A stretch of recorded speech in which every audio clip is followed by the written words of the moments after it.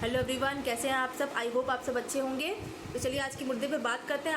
I hope आज आप लोगों ने थोड़ी सी सांस ली होगी अच्छे से, क्योंकि सुप्रीम कोर्ट का जो जजमेंट आया हुआ है उसके आधार पे जो आप लोग देख रहे होंगे, उनका जो जजमेंट है वो कुछ ना कुछ कहीं हद तक सुकून देने वाला है। एक सबसे बड़ा क्वेश्चन बार बार कमेंट आ रहा था लोगों का कि मैम आप लोग विरोध क्यों कर रहे हो, आपको पढ़ना नहीं है और आप लोग यूट्यूबर ही बन के रहोगे। देखिए, अगर जो पढ़ने वाला स्टूडेंट है ना उसको अच्छे से पता है, ऐसे कोई हवाबाजी में ऐसा विरोध नहीं हो रहा है। पढ़ने वाले भी विरोध कर रहे हैं। नॉर्मलाइजेशन होता है, एसएससी में होता है, बैंकिंग में होता है, यहाँ क्यों नहीं होता है भाई। एसएससी बैंकिंग में होता है बट वहाँ ट्रांसपेरेंसी है। यूपीपीएससी में ट्रांसपेरेंसी नहीं रह गई है।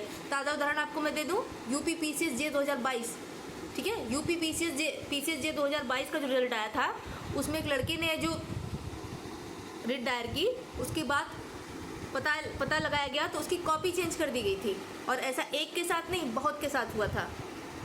मतलब समझ लीजिए, राज्य सिविल सेवा जो होती है वो यूपीएससी के बाद सबसे बड़ी संस्था, उसका ये हाल है। ये हलवा नहीं है ना, ये मजाक है। और सबसे बड़ी बात है कि देखिए 2000 ना ये कट ऑफ बताते हैं ना ये मार्कशीट देते हैं। 2021 आर का रिजल्ट आया था ना, 2021 का जो फाइनल किया, आज तक उसकी मार्कशीट आपको मिली है? नहीं मिली है, जाके पता कर लीजिएगा। तो ये कारण है नॉर्मलाइजेशन का, क्योंकि विरोध हो रहा है। और नॉर्मलाइजेशन में जो उन्होंने तरीका बताया है वो परसेंटाइल के आधार पर होगा, और उसमें क्या चीज़ें हैं बहुत ज़्यादा डिस्कस करने की मुझे ज़रूरत नहीं, आप जाके देख सकते हैं। ट्रांसपेरेंसी सबसे बड़ा मुद्दा है। राज्य सिविल सेवा परीक्षा की बात हो रही है यहाँ पर, तो ट्रांसपेरेंसी जब यहाँ पर नहीं है तो किस आधार पर नॉर्मलाइजेशन सही है, आप मुझे बताइए।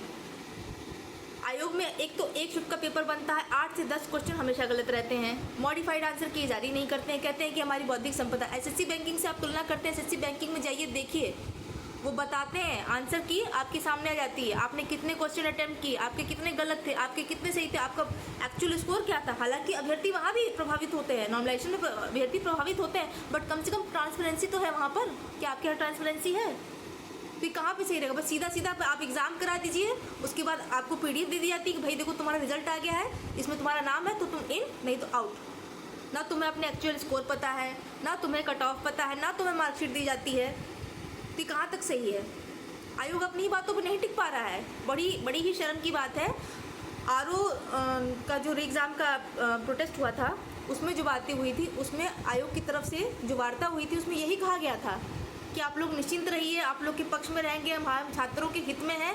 10 महीने में पूरी भर्ती प्रक्रिया पूरी कर ली जाएगी, दिसंबर तक फाइनल रिजल्ट आ जाएगा। दिसंबर आने वाला है, आप देख रहे हैं, ठीक है, दिसंबर आने वाला है, देख लीजिए। अभी प्रीलिम्स तक नहीं हो पाया और एक बार ये चीज़ें लागू हो गई तो ये हर बार होंगी। ये आप ही के लिए खतरनाक नहीं, भावी पीढ़ियाँ जो आने वाली हैं उनके लिए भी खतरनाक है। और जो कह रहे हैं कि यार पढ़ने वालों को बहुत अच्छे से समझ में आ रहा है कि क्या गलत है क्या सही, उनको बहुत ज़्यादा बताने की ज़रूरत नहीं है, वो बहुत अच्छे से समझ रहे हैं। हार्ड वर्किंग स्टूडेंट जो है ना वो बहुत ज़्यादा प्रभावित है इनसे। स्केलिंग का मुद्दा आया था, इसका विरोध क्यों हुआ था, बहुत ज़्यादा समझाने की ज़रूरत नहीं है।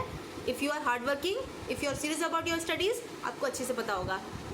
तो थोड़ा सा ये जो सुप्रीम कोर्ट का जो जजमेंट आया है उसमें सीधा साफ साफ देखिए लिखा हुआ है कि जो भी अगर भर्ती निकाली जाती है उसमें बीच में संशोधन नहीं करना, नया नियम लागू नहीं। जिस नियम से निकाली गई है उसी नियम से अंत में चयन होगा। तो बीच में जो नया नियम जैसे यूपीपीएससी कर रहा है ना, 2 महीने पहले आप बता रहे हो कि हम 2 शिफ्ट में एग्जाम करने जा रहे हैं, वो 3 शिफ्ट में एग्जाम करने जा रहे हैं, तो सीधा इसके साथ छेड़छाड़ है। और छेड़छाड़ होती है ये यूपीपीएससी, आप लोग को बहुत मुद्दा हाईलाइट रहा होगा, आपको याद होगा।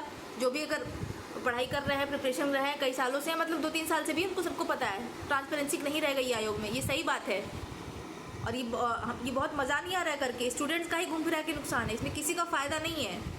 लोग कहते हैं एग्ज़ाम टलवा रहे हैं, एग्ज़ाम रुकवा रहे हैं। आप मुझे बताइए आपको क्या तय करना है?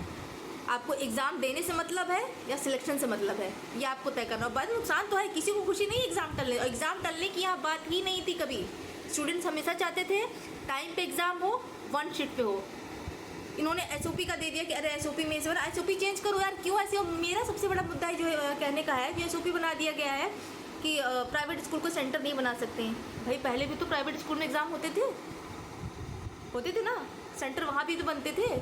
तो स्कूलों पर ठिकरा फोड़ देना कि स्कूल की वजह से पेपर लीक होते हैं, पारदर्शिता प्रभावित होती है, ये मेरे तर्क से तो बिल्कुल सही नहीं है, बिल्कुल भी गलत है।